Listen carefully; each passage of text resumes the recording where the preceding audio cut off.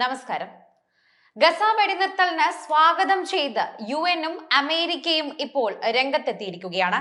ഇപ്പോൾ ലോകമെമ്പാടും ചർച്ച ചെയ്യുന്ന ഒരു പ്രധാന വിഷയം തന്നെയാണ് ഗസയിൽ വെടിനിർത്തൽ ചർച്ച.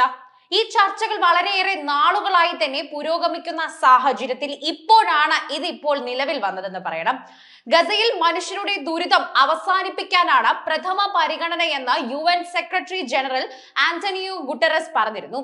കരാറിനായി ട്രംപിന്റെയും തന്റെയും സംഘം ഒറ്റക്കെട്ടായി പ്രവർത്തിച്ചെന്ന് അമേരിക്കൻ പ്രസിഡന്റ് ജോ ബൈഡൻ അവകാശപ്പെടുന്നുണ്ട്. ഇസ്രായേലിന്റെ ആക്രമണത്തിൽ കടുത്ത ദുരിതത്തിലായ ഗസക്കാർക്ക് സഹായം എത്തിക്കാനാണ് വെടിനിർത്തൽ സമയത്ത് പ്രഥമ പരിഗണനയെന്ന് ആന്റണിയോ ഗുട്ടറസ് പറഞ്ഞത്. കരാർ പ്രാവർത്തികമാക്കാൻ UN എല്ലാ സഹായവും ഉറപ്പാക്കുമെന്നും ഇവർ കൂട്ടിച്ചേർത്തു. അതേസമയം ഫലസ്തീനികൾ തല ഉയർത്തി തന്നെയാണ് കരാർ അംഗീകരിച്ചതെന്ന് ഹമാസ് നേതാവ് ഖലീൽ അൽ ഹയ്യ കഴിഞ്ഞ ദിവസം പറയുകയുണ്ടായി. ഇസ്രായേലിന്റെ കൂട്ടക്കൊലകളും അതിനെ ന്യായീകരിച്ചവരെയും ഫലസ്തീൻ ജനത ഒരു കാലത്തും മറക്കില്ല എന്ന് അദ്ദേഹം വ്യക്തമാക്കി.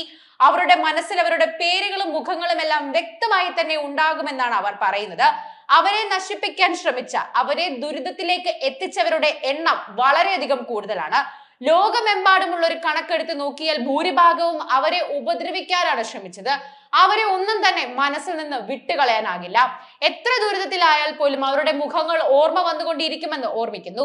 ഗസ കരാറിനെ ബന്ദികളെ തിരിച്ചെത്തിക്കാനുള്ള ഉചിതമായ തീരുമാനമെന്നാണ് ഇസ്രായേൽ പ്രസിഡന്റായ ഇസാഖ് ഹെർസോഗ് വിശേഷിപ്പിച്ചത്. ഗസയിലേക്ക് അന്താരാഷ്ട്ര മാധ്യമങ്ങൾക്ക് പ്രവേശനം നൽകണമെന്നും മാധ്യമ പ്രവർത്തകർക്ക് നേരെ നടന്ന കുറ്റകൃത്യങ്ങൾ സ്വതന്ത്രമായി അന്വേഷിക്കണമെന്നും CPJ ആവശ്യപ്പെട്ടിട്ടുണ്ട്. ഗസ വെടിനിർത്തൽ ചർച്ചകളിൽ പുരോഗതി സ്ഥിരീകരിച്ച് ഖത്തർ രംഗത്ത് വന്നിട്ടുണ്ട്.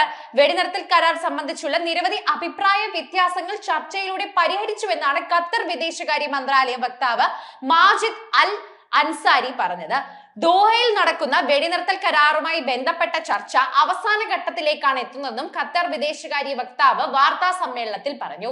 എന്നാൽ ഔദ്യോഗിക പ്രഖ്യാപനം ഉണ്ടാകും വരെ തന്നെ അമിത പ്രതീക്ഷകൾ പങ്കുവെക്കേണ്ടതില്ല എന്ന മുന്നറിയിപ്പും അദ്ദേഹം നൽകിയിട്ടുണ്ട്. ഗസയിലെ വെടിനിർത്തലുമായി ബന്ധപ്പെട്ട കരാർ അന്തിമ ഘട്ടത്തിലാണെന്ന് കഴിഞ്ഞ ദിവസം അന്താരാഷ്ട്ര മാധ്യമങ്ങൾ റിപ്പോർട്ട് ചെയ്തിരുന്നു. അതിന് ശക്തി പകരുന്നതാണ് ചർച്ചയ്ക്ക് നേതൃത്വം വഹിക്കുന്ന ഖത്തറിന്റെ പ്രതികരണം. വെടിനിർത്തൽ കരാർ തയ്യാറാക്കിയ ശേഷം കഴിഞ്ഞ ദിവസമാണ് ഇസ്രായേലിനും ഹമാസിനും കൈമാറിയത്. മധ്യസ്ഥ ശ്രമങ്ങളുടെ ഭാഗമായി നിയുക്ത അമേരിക്കൻ പ്രസിഡന്റ് ഡൊണാൾഡ് ട്രംപിന്റെ പശ്ചിമേഷ്യൻ പ്രതിനിധി സ്റ്റീവ് വിറ്റ്കോഫ്, US ദേശീയ സുരക്ഷാ കൗൺസിൽ പശ്ചിമേഷ്യൻ കോഓർഡിനേറ്റർ ബ്രെറ്റ് മക്ഗർഗ് എന്നിവരും ദോഹയിലുണ്ട്.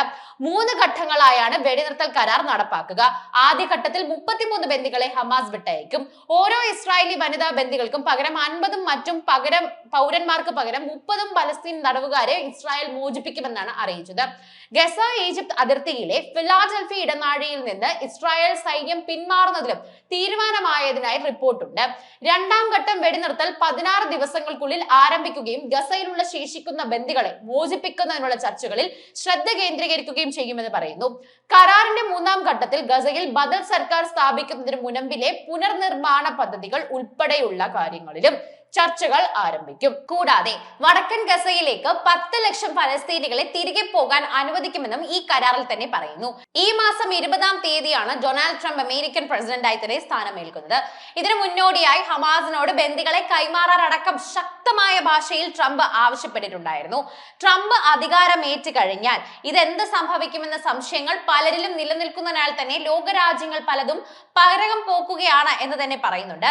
പരക്കം പായുന്നൊരു അവസ്ഥയിൽ ഇപ്പോൾ ലോകരാജ്യങ്ങൾ കടന്നു പോകുന്നത് നമ്മൾ എല്ലാവരും കാണുന്നുണ്ട് എന്നുകൂടി പറയാം.